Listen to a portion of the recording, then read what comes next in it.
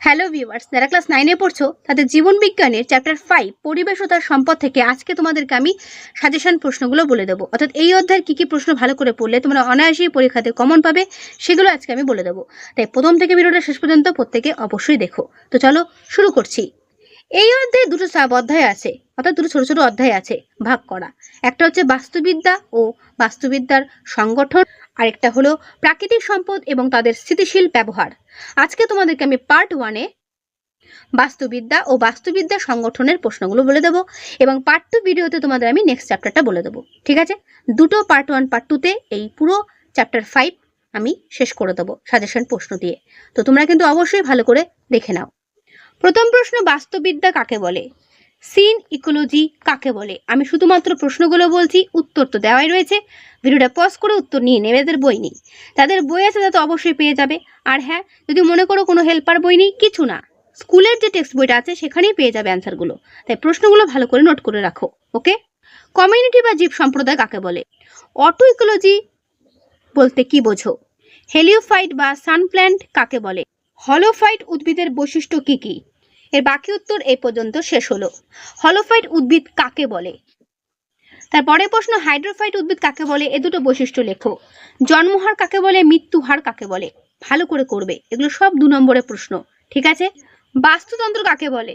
উৎপাদক কাকে বলে? খাদক কত প্রকারের হয়? উদাহরণ সহ উল্লেখ করো। বিয়োজক কাকে বলে? খাদ্য শৃঙ্খল কাকে বলে? খাদ্য জালক কাকে বলে? শক্তি প্রবাহ কাকে বলে? পরিপোষক চক্র কাকে বলে? দেখে নাও ভালো করে। বা নাইট্রোজেন চক্র। যদি পারো এই চক্রের এই ছবিটা ভালো করে বাড়িতে প্র্যাকটিস করো। এই সংজ্ঞার পাশাপাশি ছবিটা আঁকলে ভালো মার্কস পাবে। বার্গম্যানের নীতি কি? গ্লগারের নীতি কি? অ্যালেনের নীতি কি? খুব ভালো করে করবে। ইকোলজি শব্দটি কোন শব্দ থেকে আগত? উত্তর দেখে নাও।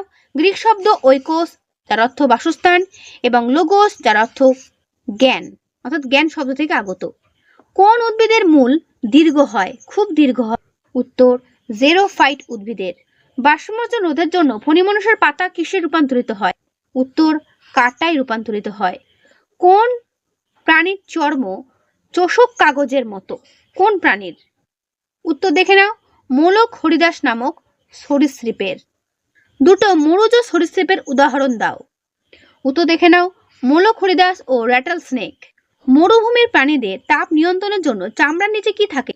উত্তর চর্বির প্যাড থাকে। কোন বিজ্ঞানী পপুলেশনের সংজ্ঞা দিয়েছেন?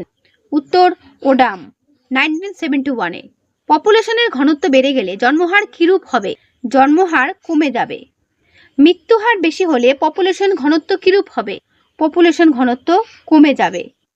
একটি সর্বোচ্চ খাদকের উদাহরণ দাও। উত্তর বাজ পাখি। দুটি প্রাণীর সহাবস্থানে কোন প্রাণীরা উপকৃত? উত্তর পরজীবী প্রাণীরা। তার পরে প্রশ্নটি পরজীবী উদ্ভিদ ও পরজীবী প্রাণীর উদাহরণ দাও। পরজীবী উদ্ভিদ হচ্ছে স্বর্ণলতা এবং প্রাণী হচ্ছে গোলকৃমি। তার পরের প্রশ্ন, কোন ধরনের জীবের মধ্যে সহযোগিতা বা মিথজীবিতা দেখা যায়? উত্তর লাইকেন, মটর গাছ ও রাইজোবিয়াম। বাস্তুতন্ত্রের দুটো অজীবীয় শর্তের উদাহরণ দাও। উত্তর আলো, তাপ। তার পরের প্রশ্ন, বাস্তুতন্ত্রের দুটো জীবজ শর্তের উদাহরণ দাও। উত্তর উৎপাদক ও খাদক। দুটি প্রাণীর উদাহরণ দাও যারা অন্ধকারে সক্রিয় থাকে। উত্তর আরশোলা বাদুড়। আলো কোন প্রক্রিয়ার উপাদান হিসেবে? উত্তর সালোক সংশ্লেষের উপাদান হিসেবে। রাইজোবিয়াম কোথায় বসবাস করে? উত্তর সিম্বি গোত্রীয় উদ্ভিদের অর্বুদে। এর পরে প্রশ্ন, খাদ্য শৃঙ্খলের শক্তির উৎস কি? উত্তর হচ্ছে সূর্য। যেসব আণুবীক্ষণিক জীব বিয়োজিত পদার্থকে আরো সরল উপাদানে পরিণত করে তাদের কি বলে? তাদের বলে রূপান্তরক, যেমন মাইক্রোবস। তারপরে প্রশ্ন, একটি খাদ্যজালকে সর্বোচ্চ কতগুলো খাদ্য শৃঙ্খল থাকতে পারে? উত্তর 8টি। তারপরে প্রশ্ন, বাস্তুতন্ত্রের শক্তির স্থানান্তরকে কি বলে? উত্তর দেখে নাও। শক্তি প্রবাহ বা এনার্জি ফ্লো। আর এই শক্তি প্রবাহের পর্যায়গুলো কি কি? উত্তর শক্তি অর্জন, শক্তির ব্যবহার ও শক্তির স্থানান্তর। এরপরে প্রশ্ন, বায়ুমণ্ডলে কার্বন ডাইঅক্সাইডের পরিমাণ কত? উত্তর 0.03%। এটা কিন্তু পরীক্ষাতে আসে। ঠিক আছে, ভালো করে মনে রাখবে। আর বায়ুমণ্ডলে অক্সিজেনের স্বাভাবিক মাত্রা কত? উত্তর 20.60। ঠিক আছে, মনে রাখবে। CAM চক্র পরিলক্ষিত হয় এমন একটি উদ্ভিদের নাম। উত্তর পাথরকুচি। আর এই CAM পুরো নাম কি মনে রাখবে? ক্র্যাসুলেশিয়ান অ্যাসিড মেটাবলিজম। উজ্জ্বল আলোতে ভালো জন্মায় এমন উদ্ভিদের কি বলে? এমন উদ্ভিদের বলে হেলিওফাইট। ঠিক আছে, মনে রাখবে। বাস্তুতন্ত্রের শক্তি সবসময় একমুখী, এটাও মনে রাখবে। তারপরে প্রশ্ন, যে সকল প্রাণী জলের তলদেশে বসবাস করে তাদের কি বলা হয়? তাদের বলা হয় বেন্থাস। আর যারা জলে স্বাধীনভাবে সাঁতার কেটে বেড়ায় তাদের কি বলে? তাদের বলে নেকটান। ঠিক আছে, এগুলো খুব আসে পরীক্ষাতে, বেন্থাস কি, নেকটান কি। ওকে, জলের তলায় থিতিয়ে পড়া পচনশীল জৈব পদার্থকে কি বলে? তাদের বলে ডেট্রিটাস। একটি নির্দিষ্ট জলবায়ু দ্বারা প্রভাবিত জীব সম্প্রদায়কে কি বলা হয়? বলে বায়োম। ঠিক আছে, বাস্তুতন্ত্রে খাদ্য পিরামিডের ভূমিতে থাকে কে? উত্তর উৎপাদক, অর্থাৎ নিচে থাকে উৎপাদক। ঠিক আছে,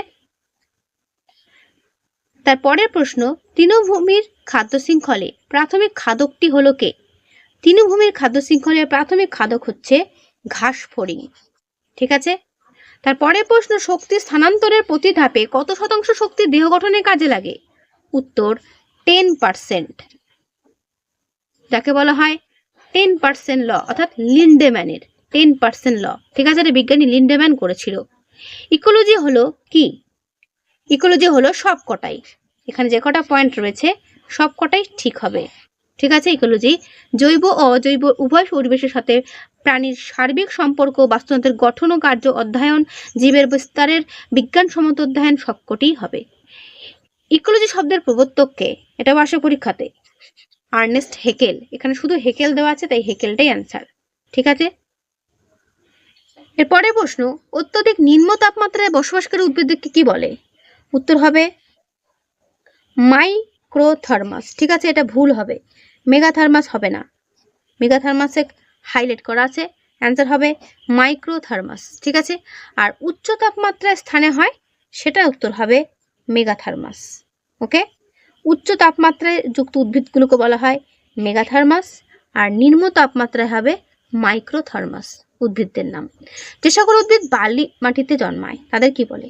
তাদের বলে স্যামোফাইট, মনে রাখবে। ঠিক আছে, পাথরের উপর জন্মানো উদ্ভিদের কি বলা হয়? তাদের বলা হয় লিথোফাইট। যে সকল উদ্ভিদ কম আলোতে জন্মায় তাদের কি বলে? তাদের বলে সিওফাইট। এরপরে শীত ঘুম দেখা যায় কাদের? উত্তর ব্যাঙের। এরপরে প্রশ্ন, ড্যাশ রাজ্যটি বাস্তুতন্ত্রের খাদকের ভূমিকা পালন করে? উত্তর অ্যানিমালিয়া। বিজ্ঞানসম্মত উপায়ে মৌমাছির চাষ করাকে কি বলা হয়? উত্তর এপিকালচার। মরুজ উদ্ভিদের বা জাঙ্গল উদ্ভিদের উদাহরণ দাও, এদের অভিযোজন বৈশিষ্ট্য উল্লেখ করো। বড় প্রশ্নের জন্য খুবই গুরুত্বপূর্ণ, যেগুলো আমি বলছি এগুলো ভালো করে করবে, তোমাদের নিজেদের টেক্সট বুকও পেয়ে যাবে, সেখান থেকেও করতে পারো। ঠিক আছে, এরপরে প্রশ্ন, জলজ উদ্ভিদ ও প্রাণীদের যেসব অভিযোজন লক্ষ্য করা যায় সেই সম্বন্ধে উদাহরণ সহ লেখো। এটাও তোমাদের বইয়ে পেয়ে যাবে। পপুলেশন কাকে বলে? পপুলেশনের জন্মহার সম্পর্কে আলোচনা করো, অথবা পপুলেশনের মৃত্যুহার সম্পর্কে আলোচনা করো। খুব ভালো করে করবে। জন্মহার ও মৃত্যুহারের মধ্যে পার্থক্য করবে।